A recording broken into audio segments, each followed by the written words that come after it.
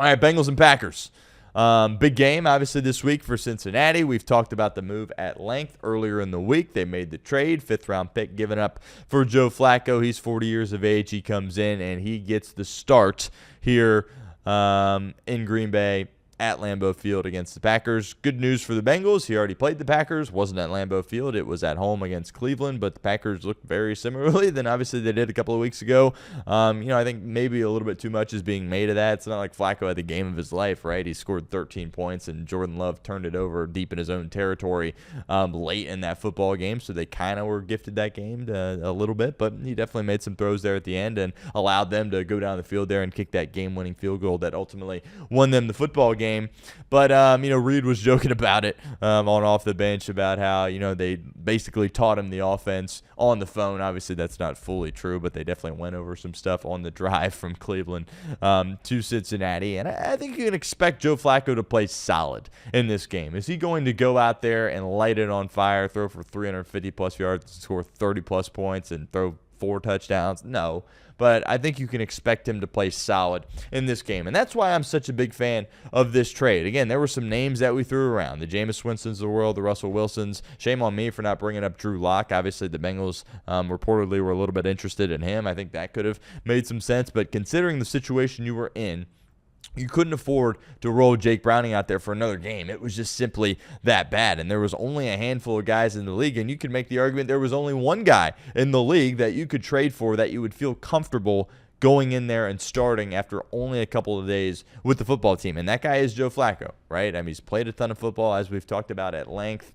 He's bounced around. He's been a journeyman. He started on a short notice in the past. And he's probably, relatively comfortable in these situations. Is anybody really comfortable in these spots? No. But if somebody is more than others, that is definitely Joe Flacco. And as each day goes on here throughout the week, I like this move more and more and more. Again, you couldn't afford to punt on the season. You came in here with Super Bowl aspirations, Super Bowl expectations. Week 2, it all crumbles before your eyes when number 9 goes down, and then you get blown out 3 consecutive weeks. You have to show a little bit of fight, especially considering the state of the AFC right now. Ravens stink. Lamar's going to be out again this week. They're 1-4. They're playing, I believe, the Rams. That's going to be another loss, right? The Steelers, they're 3-1. They'll find a way to be around 500, right? It just seemingly happens each and every year, right? There is a real possibility that 9-8 wins this division. And honestly, as it relates to the rest of the AFC, you don't see much, right? When you got firepower here in the AFC, you're talking about the Colts and the Jaguars. Like, who would have thought those teams would have even been discussed at all? I think most of us viewed the AFC South as the worst division in football, and here it's looking like one of the strongest. Don't look now, but here come the Houston Texans there as well. Looks like the AFC North, who, by the way, I predicted 3 teams in that division would make the postseason. They'll only probably get 1 here at this point as it relates to the AFC North. But the playoff picture in the AFC as a whole is weak. And with a 2-3 record, even though it feels like 0-5, they couldn't afford to not do something. And you got to give a lot of credit to the organization for doing their due diligence, making the move, bringing in Joe Flacco. Now, obviously, this thing could completely blow up in their faces. They're playing Green Bay, which isn't an ideal team to be playing, right, in this spot. It might be the least, likely team you would want to play here in this spot, considering the state of their organization here at this point. They started out as world beaters, right? They beat the Detroit Lions. I just had the Lions at number 1 in my power rankings, obviously, after beating the Cincinnati Bengals. That certainly was a big win for them early in the season. Then they win week 2 as well. Look really good against Washington. And then I'm sitting here going, oh, they're the best team in the league. I did predict them to go to the Super Bowl. I predicted this would be the Super Bowl matchup, the Bengals and the Packers. Clearly that's not going to happen, or probably not going to happen here at this point. But then, they got some turmoil, right? They lose to Joe Flacco, in which their offense only scores 10 points. And you're like, what the heck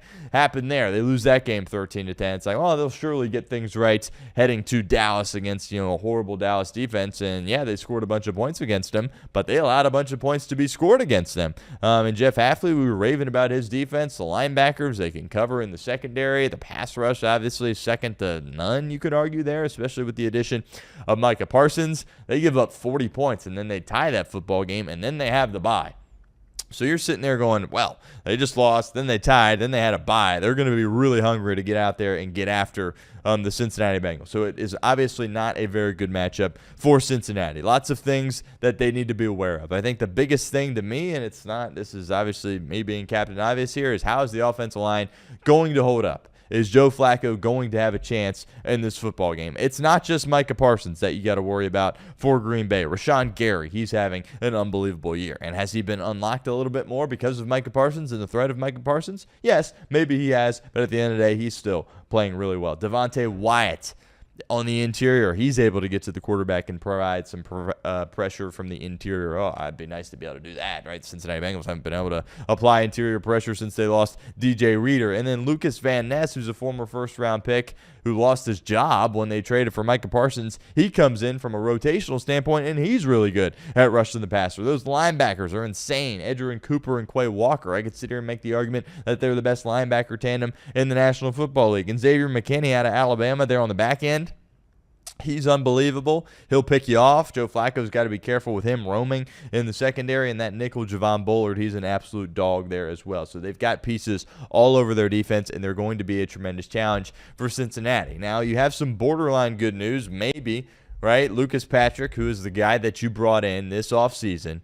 Everybody was saying, hey, sign an offensive lineman, go get somebody big in free agency. Now, you also have to understand that really good offensive linemen aren't available in free agency, right? If you draft and develop an offensive lineman and he's good, you pay him. That's what successful teams do. But unfortunately for Cincinnati, they don't know how to do that, right? When's the last time that they gave an offensive lineman a second contract? It's been a very, very long time. So they're horrible at drafting the offensive lineman. Anytime you're a team that has to rely on free agency in your offensive line, you're probably not in a good spot. But there were still some guys out there that they could have went out and gotten. They did not. They waited till kind of the tail end of free agency.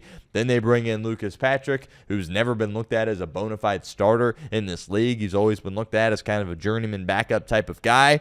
And then you hear Zach Taylor and Scott Peters say, oh, we really like what we have, here in Lucas Patrick, and we really believe in him to, at the time, protect Joe Burrow, and you kind of were left scratching your head. There was reports about him struggling immensely in training camp. He obviously struggled in the preseason, and then he hurts his calf basically immediately. I think it was in the first half of the Week 1 game against Cleveland, and you haven't seen him since.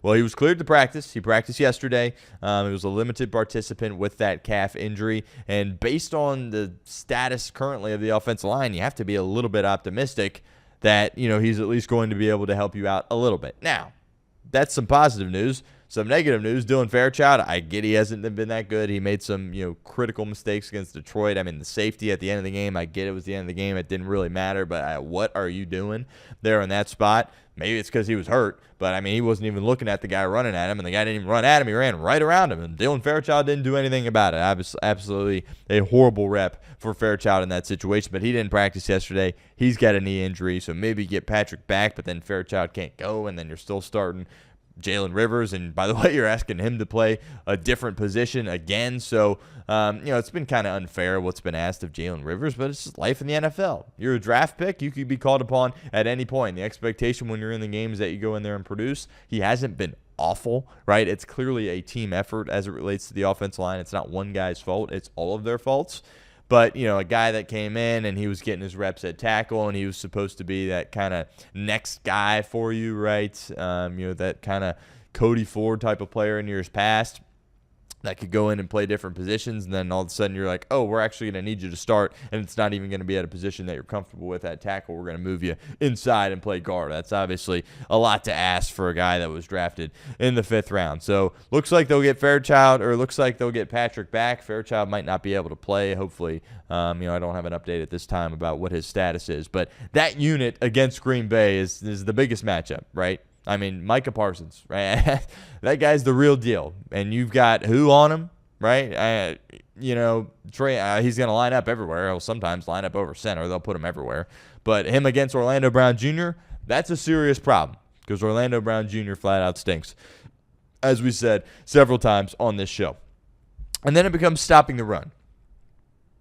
How are you going to stop the run? The Bengals gave up over 100 yards on the ground against Detroit, but it felt like a massive win against that tandem, Jahmyr Gibbs and Montgomery. I believe it was less than 4 yards a carry, 3.6. Don't quote me on that, but I think that's what it was, which you can live with that, right? Again, this isn't a defense that coming into the season we said, oh, they need to be elite. No, it was a defense that said, oh, they can just be average, and that should be enough to help this team get to where they want to get to. Now, obviously, you lose Joe Burrow, and you want to ask a little bit more of the defense, but stopping the run last week, I'll take that, honestly. I'll take it every single day of the week with how they performed against Detroit. and it's going to be a very difficult running attack here against Green Bay with Josh Jacobs. Now, they haven't ran the ball great, but they obviously have a really good running back in Jacobs and have the ability to run the football. And then you look at their skill guys on offense, and you're just like, oh, my goodness. Like, you don't feel good about anybody on your defense covering somebody apart from Dax Hill. And you sit there and go, oh, Matthew Golden, first-round pick, rookie, guy's an absolute burner. Is there anybody on this Bengals defense that can even run with him? I don't know,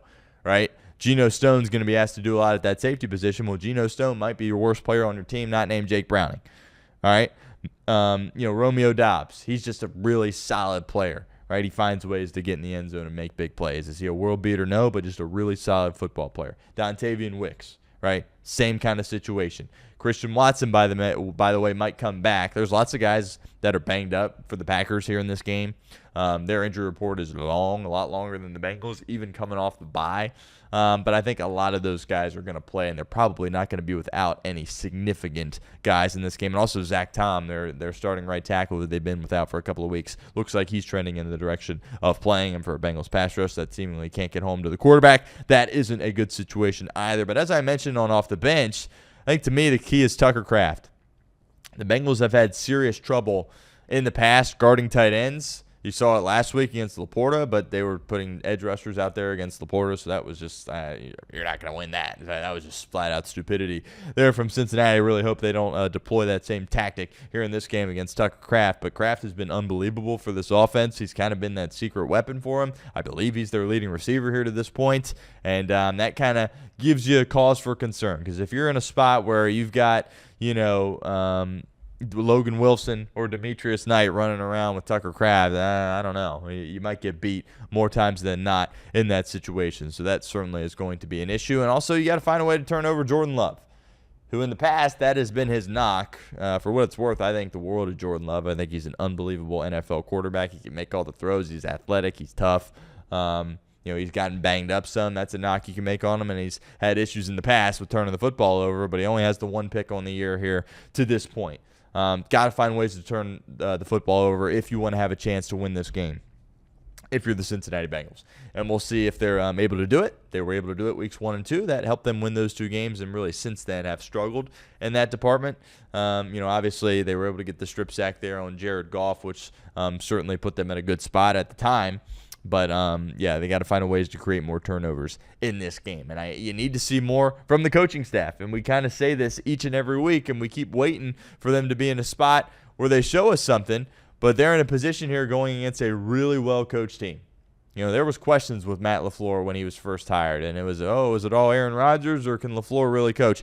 I got news for you. Matt LaFleur can really coach. He's an incredible coach, and he's better than Zach Taylor. As much as I sit here and defend Zach Taylor when I can, he's better than Zach Taylor. And Hafley, he was at Ohio State for a little bit, and then he was the head coach at BC, left that job for the DC role here in Green Bay. He's done a tremendous job, and he's going to be fired up because the last time his unit took the field, they gave up 40 points. Jeff Hafley's incredible. I think it's only a matter of time before he's head coach in the NFL. So after all those things, that's where you get the 14-point spread, right? All the issues there that they're going to present defensively, offensively, from a coaching staff perspective, and they're at home, and they're coming off a bye. It looks like a significant uphill battle for the Cincinnati Bengals. So the question becomes, how do they win this game? I already mentioned the turnovers. All right, Joe Flacco obviously has to be competent. He has to significantly elevate the quarterback position, which I believe he will, even after only a couple of days being here in Cincinnati. Why do I believe that? He's played a lot of football in his career, and I've watched football my whole life. And, maybe Nathan Peterman is worse than what Jake Browning has put on tape to this point this year, but I can't think of anybody else. And I respect Jake Browning for, being accountable and understanding that he had to play better and saying the right things for the most part, but it was bad. It was flat out bad. And I think that Joe Flacco is going to significantly upgrade that position, even if he doesn't play great. Like, all he has to do is play average. Right, and that would simply significantly upgrade that position. So they need that, and they need the threat to push the football down the football field. Right, the big play has to be a threat for this offense. You paid T. Higgins and Jamar Chase; they're two of the best at what they do. That has to be a threat. That has not been a threat this year for Cincinnati. Now the question is, can Joe Flacco, of course, have enough time in the pocket to hang in there and make those throws down the football field? We will see. Against this front from Green Bay, obviously we all have our questions on whether or not that can be done in this football game. But have to take shots down the field. All right, if it results in a situation where it's like, well, we didn't execute, now we got to punt the football, fine. Totally fine. They're in that situation, but they have to at least attempt to push it down the football field. You have those guys. That's what makes this team good. That's why going into the year, we thought there was a real chance that they can make some noise with Joe Burrow. Yeah, Joe Burrow was a massive part of that reason, but it was also the guys that can make plays down the football field, and they haven't even had an opportunity to do so at this point. Obviously, you would love for Flacco to have a bit of a run game. It's hard to run the football against Green Bay. You ran the football a little bit better against Detroit, but you were behind so quickly, so early that you didn't even really have an opportunity to do it. So we'll see how much of a factor the run game is. If you can't run the football in the NFL at all, you're not going to win. That's just reality of the situation. I understand that, but past couple of weeks, they've just gotten ambushed so quickly, especially in the Minnesota game with the turnovers, and then last week with the turnovers as well, and you just found yourself where you were behind so much where that allowed the defense to kind of pin their ears back and get after you because they knew you weren't going to run the football, and then you ran into some serious challenges there at that point, and obviously you were completely overmatched, and that resulted in 3 blowouts in that situation for Cincinnati. So got to get out to a fast start, right? Is this a situation where, if you win the toss, you take the ball? I don't know, right? They haven't had any success early in the game because the defense goes out there, and, the defense has been okay, but the defense gives up a touchdown on the first drive. Like, that's basically clockwork here at this point. So do you trust, take it with Flacco and try to go down and score right away? I don't know. That's for Zach Taylor to decide, but you have to find a way to be in a spot where that first quarter comes to an end and you're not down double digits. It's got to be a one-score game after the first 15 minutes of football. Ideally, you have the lead, but if you don't, it can't be worse than 7-0. And we'll see if they put themselves in that spot. We'll have a more detailed preview tomorrow with some keys to victory, but obviously Cincinnati has an uphill battle. They find themselves in a position with the new quarterback in Joe Flacco, and as I mentioned at the end off the bench that I mentioned here on this show yesterday, it's more you're more excited about flipping the TV on Sunday than you were earlier in the week when you thought Jake Browning was going to be rolling out there as a starter. There's a level of curiosity and intrigue. Could it look just as bad? Maybe. My money's on it not looking as bad, but we'll see if this team can be competitive against what I still believe is one of the best teams in the National Football League.